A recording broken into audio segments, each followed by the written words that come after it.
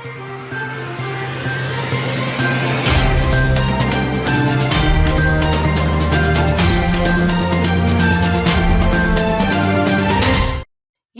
முக்கிய நிகழ்வுகள். நகர பகுதியில் தாறுமாறாக ஓட்டிய கார் மோதி ஒருவர் பலி, 4 பேர் காயம். காரைக்காலில் பரபரப்பு.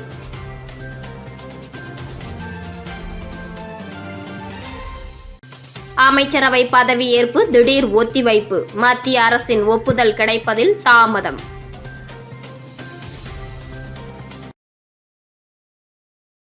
காரைக்கால் நகர பகுதியில் கட்டுப்பாட்டை இழந்து மது போதையில் இயக்கப்பட்ட கார் மோதி விபத்தில் சாலையில் சென்ற ஒருவர் உயிரிழப்பு, 4 பேர் காயம்.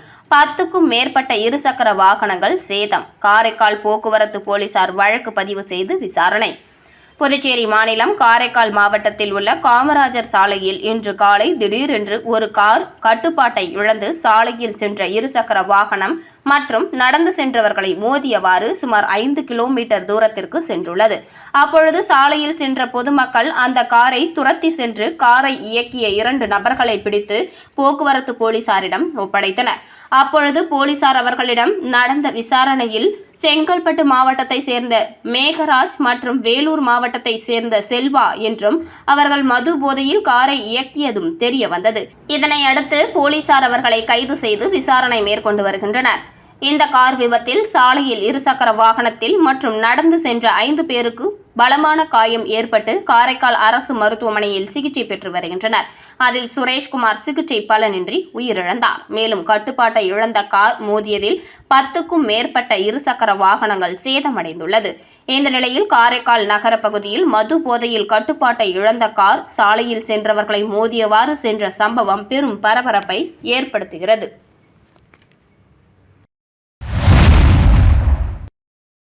ஆட்சியில் இருப்பது யாராக வேண்டுமானாலும் இருக்கலாம், ஆனால் ஆள்வது முத்துவேல் கருணாநிதி ஸ்டாலின் தான் என்று திராவிடர் கழக துணை பொதுச் செயலாளர் மதிவதனி தெரிவித்துள்ளார். புதுச்சேரி மாவட்ட திராவிடர் கழகம் சார்பில் முத்தமிழ் அறிஞர் கலைஞர் கருணாநிதியின் 103வது பிறந்தநாளை முன்னிட்டு திராவிடர் எழுச்சி நாள் பொதுக்கூட்டம் புதுச்சேரி சுதேசி மில் அருகே நடைபெற்றது. புதுச்சேரி மாநில திராவிடர் கழக தலைவர் சிவ வீரமணி, புதுச்சேரி மாநில திமுக அமைப்பாளர் சிவா முன்னிலையில் நடைபெற்ற நிகழ்ச்சியில் திராவிடர் கழக துணை பொதுச் செயலாளர் மதிவதனி, சட்டமன்ற எதிர்க்கட்சித் தலைவர் நாஜிம் உள்ளிட்ட தலைவர்கள் கலந்து கொண்டு முத்தமிழ் அறிஞர் கலைஞர் கருணாநிதியின் அரசியல் பயணம், தமிழ் மொழிக்காக அவர் ஆற்றிய பங்களிப்புகள், சமூக நீதி மற்றும் பகுத்தறிவு கொள்கைகளுக்காக மேற்கொண்ட நடவடிக்கைகள், கல்வி மற்றும் நலத்திட்டங்களில் அவர் ஏற்படுத்திய மாற்றங்கள் உள்ளிட்ட பல்வேறு சாதனைகள் குறித்து விரிவாக எடுத்துரைத்தனர்.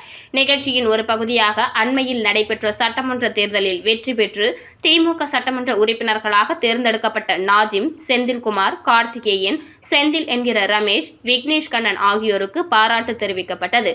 தொடர்ந்து நிகழ்ச்சியில் சிறப்புரையாற்றிய திராவிடர் கழக துணை பொதுச் செயலாளர் மதிவதனி, திராவிட இயக்க வளர்ச்சியில் கலைஞரின் பங்கு, அவரது எழுத்தாற்றல், நிர்வாகத்திறன் மற்றும் தமிழக அரசியலில் அவர் பதித்த அழியாத முத்திரை குறித்து பேசப்பட்டதுடன் இன்றைய தலைமுறையினர் கலைஞரின் சிந்தனைகளையும் கொள்கைகளையும் பின்பற்ற வேண்டும் என்று வலியுறுத்தினார்.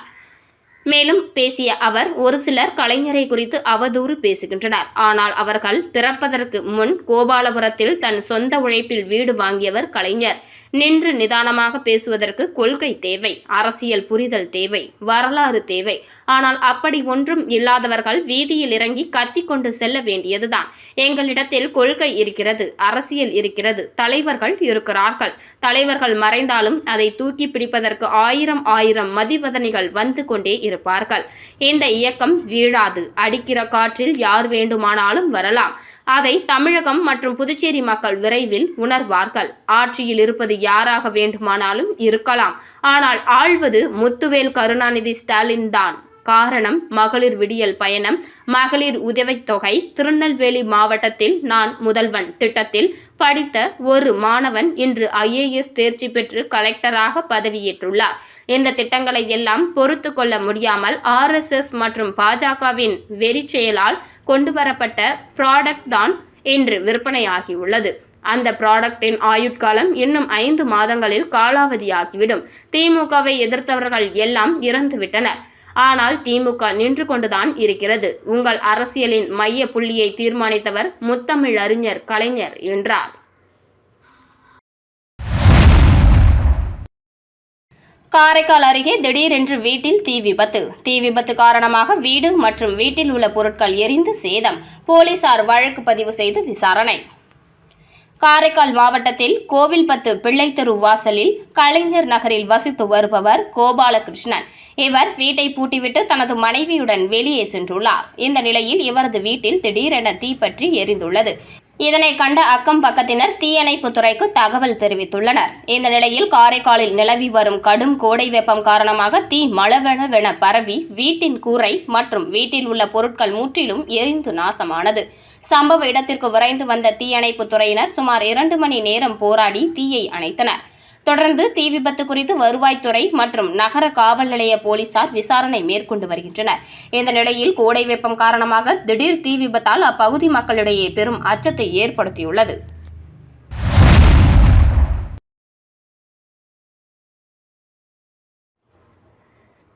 இதுதான் ஆரம்பம். பெரிய மாற்றத்தை நோக்கி களமிறங்கியுள்ளேன். தேர்தல் வெற்றிக்கு நன்றி தெரிவிக்கும் கூட்டத்தில் எம்எல்ஏ ஜோஸ் சார்லஸ் மார்டின் அதிரடியாக தெரிவித்துள்ளார்.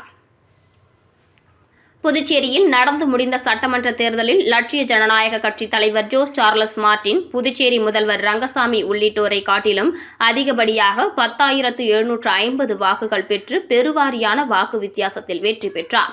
இதனையடுத்து தேர்தலில் வெற்றிக்காக உழைத்த தொகுதி தலைவர்கள், வார்டு, பூத் மற்றும் பொதுமக்கள் என பணியாற்றிய அனைவருக்கும் நன்றி தெரிவிக்கும் கூட்டம் மூலகுளம் பகுதியில் உள்ள தனியார் மஹாலில் நடைபெற்றது. இந்த கூட்டத்தில் லட்சிய ஜனநாயக கட்சி தலைவரும் காமராஜ் நகர் தொகுதி சட்டமன்ற உறுப்பினருமான ஜோஸ் சார்லஸ் மார்டின் சிறப்பு அழைப்பாளராக கலந்து கொண்டு தேர்தலில் தனது வெற்றிக்காக உழைத்த அனைவருக்கும் தனது நன்றியை தெரிவித்தார். அப்போது பேசிய அவர், வெயிலும் மழையும் பாராமல் உழைத்த மக்களின் நம்பிக்கையால் கிடைத்த வெற்றி இது. தனிநபர் வெற்றி அல்ல.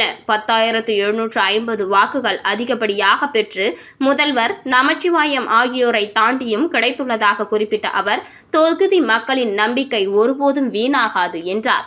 நான் பதவிக்காக வரவில்லை, மக்கள் சேவைக்காக வந்துள்ளேன். உப்பனாறு வாய்க்கால் பணிகள் குறித்து ஆளுநருக்கு கடிதம் அனுப்பியதன் பேரில் ஆளுநர் நடவடிக்கை எடுத்ததாகவும், ஆனால் நிர்வாகம் இன்னும் உரிய நடவடிக்கை எடுக்கவில்லை என்றால் தானே நேரடியாக களமிறங்கி செயல்படுவேன் என்றும் எச்சரித்தார். சொந்த நிதியில் சிபிஜி மற்றும் ஐஐடி தொடர்பான பணிகளை முன்னெடுத்து வருவதாக கூறிய அவர், பல பிரச்சனைகளுக்கு உடனடி தீர்வு சாத்தியமில்லை என்றாலும் 2 ஆண்டுகளுக்குள் முழுமையான தீர்வை கொண்டுவர நடவடிக்கை எடுக்கப்படும் என்றார். விபத்துக்களை தடுக்க தேவையான நடவடிக்கைகள் மேற்கொள்ளப்படும் என்றும், எந்த பிரச்சனையை எடுத்தாலும் பல தடங்கல்கள் இருப்பதாகவும் குறிப்பிட்டார். இருப்பினும் மக்களுக்கு எங்கு பிரச்சனை இருந்தாலும் தொடர்ந்து குரல் கொடுப்பேன் என்ற உறுதியை வெளிப்படுத்தினார். மக்களுக்கான நலத்திட்டங்களின் பயன் நேரடியாக மக்களை சென்றடைய வேண்டும் என்பதற்காக டெல்லி சென்று தேவையான பணிகளையும் மேற்கொள்வேன் என்றார். மேலும் பூத் மட்ட மக்களுக்கு காப்பீடு வசதி, மருத்துவ உதவி தொடர்பான நடவடிக்கைகள் விரைவாக செயல்படுத்தப்படும் என்றும் தெரிவித்தார். மற்றவர்களைப் போல நாம் இருக்கக்கூடாது. ஒவ்வொரு பிரச்சனைகளும் ஆதாரங்களுடன் மக்களுக்கு முன்வர வேண்டும். அதனை அடிப்படையாக கொண்டு நடவடிக்கை எடுக்கப்படும் என்றார். இதுதான் ஆரம்பம். பெரிய மாற்றத்தை நோக்கி களமிறங்கியுள்ளேன். எதையும் பார்த்து கொண்டு அமைதியாக இருக்க மாட்டேன். மக்களுக்கான பணிகள் நடைபெறவில்லை என்றால் அதற்கான நடவடிக்கை நிச்சயம் இருக்கும் என்று சார்லஸ் மார்டின் உறுதியாக தெரிவித்தார்.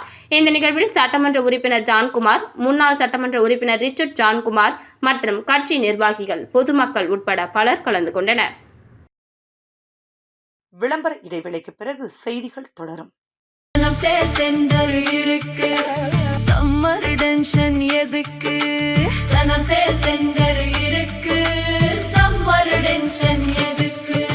தனம்ல ஏசி வாங்கி சம்மரை சில் பண்ணுங்க.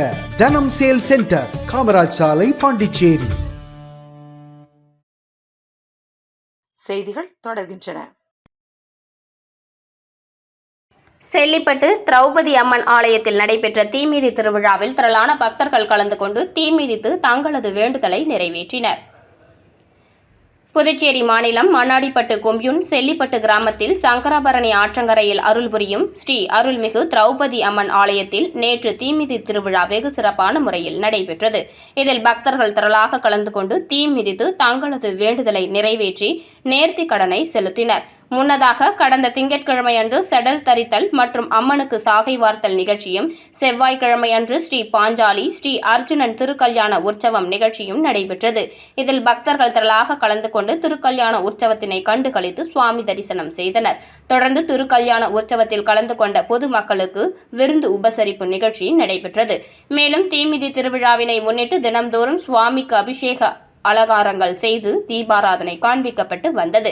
இதனைத் தொடர்ந்து நேற்று முக்கிய நிகழ்வாக தீமிதி திருவிழா நடைபெற்றது. இதனைத் தொடர்ந்து இரவு சுவாமி வீதி உலா மின் அலங்காரத்துடன் மிக சிறப்பான முறையில் நடைபெற்றது.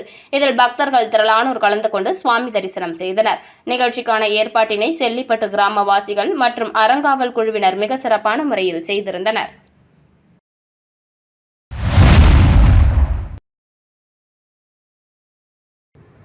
புதுச்சேரி நாட்டிய சாஸ்திராலயா பள்ளியின் 21வது சலங்கை பூஜை விழா நடைபெற்றது. புதுச்சேரி நாட்டிய சாஸ்திராலயா இசை மற்றும் நடன பள்ளியின் 21வது சலங்கை பூஜை விழா கம்பன் கலையரங்கில் மிக சிறப்பாக நடைபெற்றது. இப்பள்ளியின் நடன ஆசிரியர்களான குரு உமா ரமேஷ் மற்றும் குரு மாதவி ஜெயபிரகாஷ் ஆகியோரது தலைமையில் இவ்விழா சிறப்பாக நடைபெற்றது.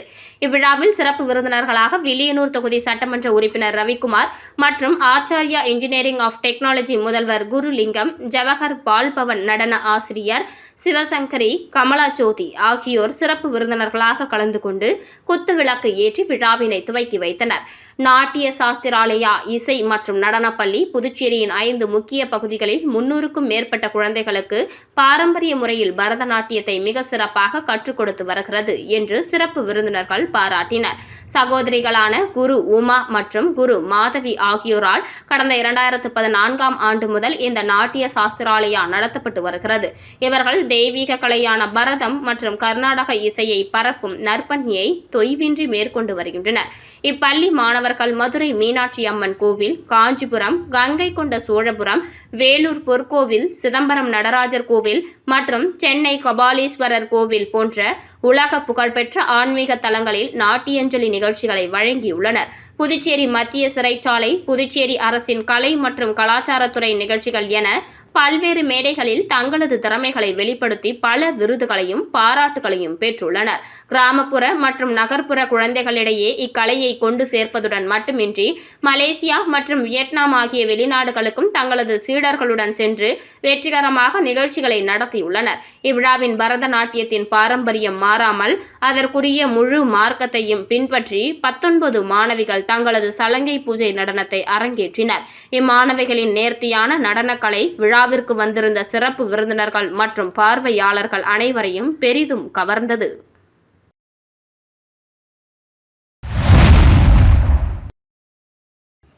வில்லியனூரில் காச நோயாளிகளுக்கு சிறப்பு மருத்துவ முகாமை ரவிக்குமார் எம்எல்ஏ துவக்கி வைத்தார்.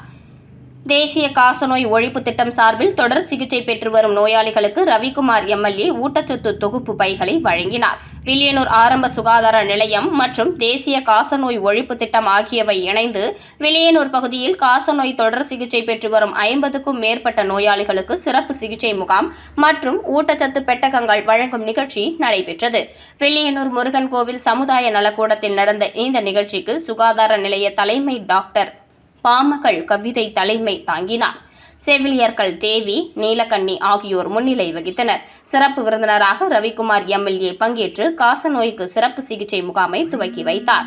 மேலும் தொடர் சிகிச்சை பெற்று வரும் 50க்கும் மேற்பட்ட நோயாளிகளுக்கு தனது சொந்த செலவில் ஊட்டச்சத்து தொகுப்புகளை வழங்கினார்.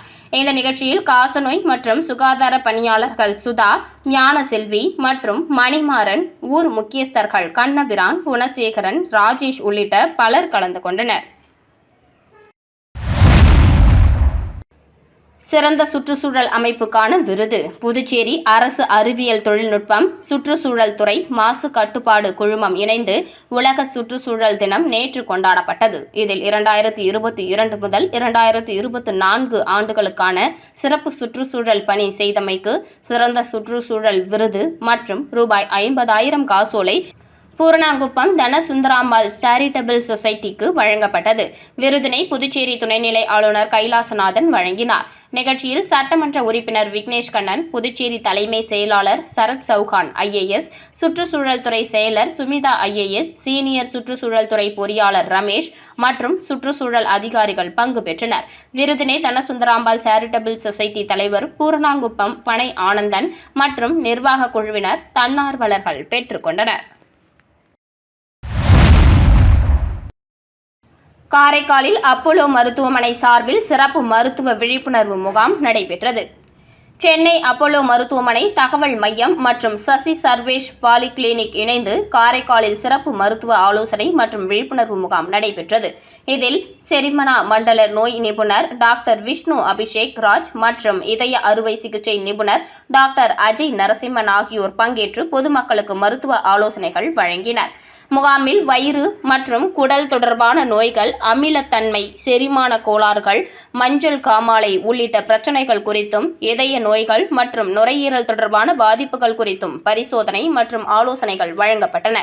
இதய அறுவை சிகிச்சை நிபுணர் டாக்டர் அஜய் நரசிம்மன் பேசுகையில், தற்போதைய உணவு பழக்க வழக்கங்களில் ஏற்பட்டுள்ள மாற்றங்கள், உடற்பயிற்சி மற்றும் உடல் உழைப்பு குறைவு போன்ற காரணங்களால் இதய நோய்கள் அதிகரித்து வருவதாக தெரிவித்தார். ஆரோக்கியமான உணவு முறையும் தினசரி உடற்பயிற்சியும் கடைபிடிப்பதன் மூலம் இதய நோய்களின் அபாயத்தை குறைக்க முடியும் என்று அவர் வலியுறுத்தினார். செரிமான மண்டல நோய் நிபுணர் டாக்டர் விஷ்ணு அபிஷேக் ராஜ் கூறுகையில், நோய்கள் தீவிரமடைவதற்கு முன்பே அவற்றை கண்டறிந்து தடுக்கும் நோக்கில் இந்த மருத்துவ முகாம் நடத்தப்பட்டதாக தெரிவித்தார். மேலும் முகாமில் பரிசோதனை செய்யப்பட்ட நோயாளிகளுக்கு தேவையான மேல் சிகிச்சைகள் சென்னை அப்போலோ மருத்துவமனையில் வழங்கப்பட உள்ளதாகவும் மருத்துவர்கள் தெரிவித்தனர். பொதுமக்களிடையே ஆரோக்கியம் குறித்த விழிப்புணர்வை ஏற்படுத்தும் வகையில் இந்த முகாம் பயனுள்ளதாக அமைந்தது. இந்த மருத்துவ முகாமிற்கான ஏற்பாடுகளை சசி சர்வேஷ் பாலிகிளினிக் உரிமையாளர் வாசுதேவன் மற்றும் மருத்துவமனை ஒருங்கிணைப்பாளர் ராஜ்குமார் உள்ளிட்டோர் சிறப்பாக செய்திருந்தனர். அமைச்சர் மல்லாடி கிருஷ்ணாராவின் 63வது பிறந்தநாளையொட்டி NR காங்கிரஸ் சட்டமன்ற உறுப்பினர்கள் மற்றும் மீனவ தலைவர்கள் தங்கத்தேர் இழுத்து சிறப்பு வழிபாடு நடத்தினர். அமைச்சர் மல்லாடி கிருஷ்ணாராவின் 63வது பிறந்தநாள் அவரது ஆதரவாளர்களால் வெகு விமர்சையாக கொண்டாடப்பட்டது. அமைச்சர் மல்லாடி கிருஷ்ணாராவின் பிறந்த நாளையொட்டி மிகவும் பிரசித்தி பெற்ற மணக்குள விநாயகர் கோவிலில் NR காங்கிரஸ் சட்டமன்ற உறுப்பினர்கள் AKD ஆறுமுகம், வையாபுரி மணிகண்டன், மோகன்தாஸ், ஐயப்பன், ரவிக்குமார், NR காங்கிரஸ் செயலாளர் ஜவஹர் மற்றும் மீனவ பஞ்சாயத்து தலைவர்கள், நிர்வாகிகள் தங்கத்தேர் இழுத்து சிறப்பு வழிபாடு நடத்தினர். மேலும் அமைச்சரின் பிறந்த நாளையொட்டி நேதாஜி நகரில் உள்ள ரெயின்போ பவுண்டேஷனில் உள்ள மாற்றுத்திறனாளிகளுக்கு உணவு அளிக்கப்பட்டது. இதேபோல் பல்வேறு மீனவ கிராமங்களிலும் பொதுமக்களுக்கு அன்னதானம் வழங்கப்பட்டது. ஏனாமில் உள்ள அமைச்சர் மல்லாடி கிருஷ்ணாராவுக்கு அரசு அதிகாரிகள், காவல்துறை அதிகாரிகள் மற்றும் பொதுமக்கள் அவரை நேரில் சந்தித்து பிறந்தநாள் வாழ்த்துக்களை தெரிவித்தனர்.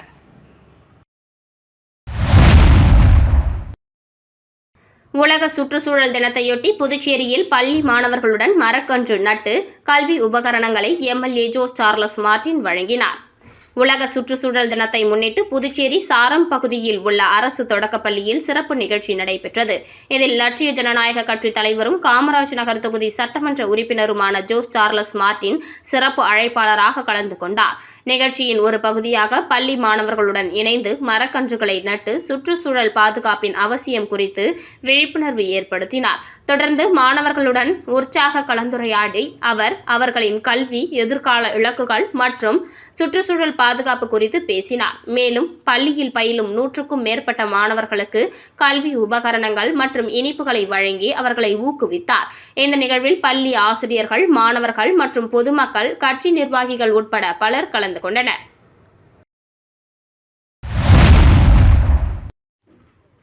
புதுச்சேரியில் அமைந்துள்ள ஸ்ரீ மகாசக்தி பரிகார வராகி அம்மனுக்கு தேய்பிறை பஞ்சமியை முன்னிட்டு நடைபெற்ற சிறப்பு தீபாராதனையில் பக்தர்கள் பலர் கலந்து கொண்டனர்.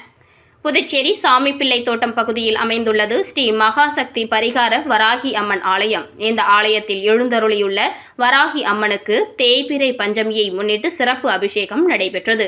பால், தயிர், சந்தனம், குங்குமம், பன்னீர் மற்றும் கலச நீர் கொண்டு அபிஷேகம் செய்யப்பட்டு மலர்களால் அம்மன் அலங்கரிக்கப்பட்டு பாராயணம் பாடப்பட்டு தீபாராதனை காட்டப்பட்டது. தேய்பிறை பஞ்சமியை முன்னிட்டு நடைபெற்ற சிறப்பு அலங்காரத்தில் பொதுமக்கள் பலரும் கலந்து கொண்டு வாராகி அம்மனை வழிபட்டு சென்றனர். புதுச்சேரியில் புதுமையாக திருக்குறள் முற்றோதுதல் நிகழ்ச்சியோடு பள்ளி ஆரம்பம். புதுச்சேரியில் புதுமையாக திருக்குறள் முற்றோதுதல் நிகழ்ச்சியோடு பள்ளிகள் ஆரம்பிக்கப்பட்டது. இன்றைய சூழலில் மாணவர்களின் பல்வேறு காரணங்களால் சிதறடிக்கப்படுகின்றனர். அவர்களை நன்னெறிப்படுத்துவது நமது கடமையாகும். 1-2 திருக்குறளையே படிக்க தயங்கும் இக்காலத்தில் புதுச்சேரி சம்ஸ்கார் பாரதி முயற்சியால் திருக்கனூர் போன் நேரு பள்ளியில் ஒரே நேரத்தில் 1330 குறளையும் படிக்கும் திருக்குறள் முற்றோதுதல் நிகழ்ச்சி நடைபெற்றது. புதிய கல்வி ஆண்டில் பள்ளி தொடங்கும் போதே திருக்குறள் முற்றோதுதலோடு பள்ளி தொடங்குவது ஒரு புதுமையாகும். விரும்பத்தக்கதும் போற்றத்தக்கதும் ஆகும். பள்ளி தாளாளர் வாழ்த்துரை கூறி திருக்குறள் முற்றோதுதல் நிகழ்ச்சியை துவக்கி வைத்தார். இதில் மேல்நிலை பள்ளி மாணவர்களும் ஆசிரியர்களும் கலந்து கொண்டனர். புதுச்சேரி சம்ஸ்கார் பாரதி தலைவர் சிவஞானியார் கூறும்போது, மாணவர்கள் திருக்குறள் நூல் முழுமையும் படிக்கும்போது அவர்களுக்கு படிப்பில் உள்ள பயம், அச்சம் மற்றும் மலைப்பு நீங்கி நம்மாலும் முடியும் என்ற தன்னம்பிக்கை தோன்றுகிறது. பல்வேறு புதிய திருக்குறள்கள் அவர்களுக்கு அறிமுகம் ஆகி புதிய கருத்தூட்டமும் நன்னெறியும் தோன்றுகிறது. இதுபோன்ற அனைத்து பள்ளிகளும் அவ்வப்போது திருக்குறள் முற்றோதுதல் நிகழ்ச்சியை நடத்த வேண்டும். அப்போதுதான் தடம் மாறும் இளைய சமுதாயம் திடம் பெறும் என்றும் எதிர்காலம் வளம் பெறும் என்றும் அவர் கூறினார். மீண்டும் இன்றைய முக்கிய நிகழ்வுகள். நகர பகுதியில் தாறுமாறாக ஓட்டிய கார் மோதி ஒருவர் பலி, 4 பேர் காயம். காரைக்காலில் பரபரப்பு.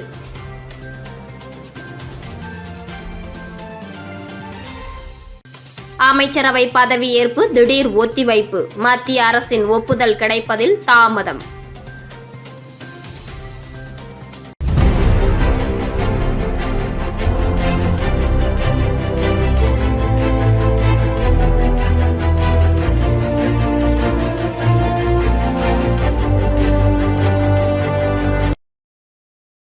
செய்திகளை உடனுக்குடன் தெரிந்து கொள்ள மெட்ரோ யூடியூப் சேனலை சப்ஸ்கிரைப் செய்யவும்.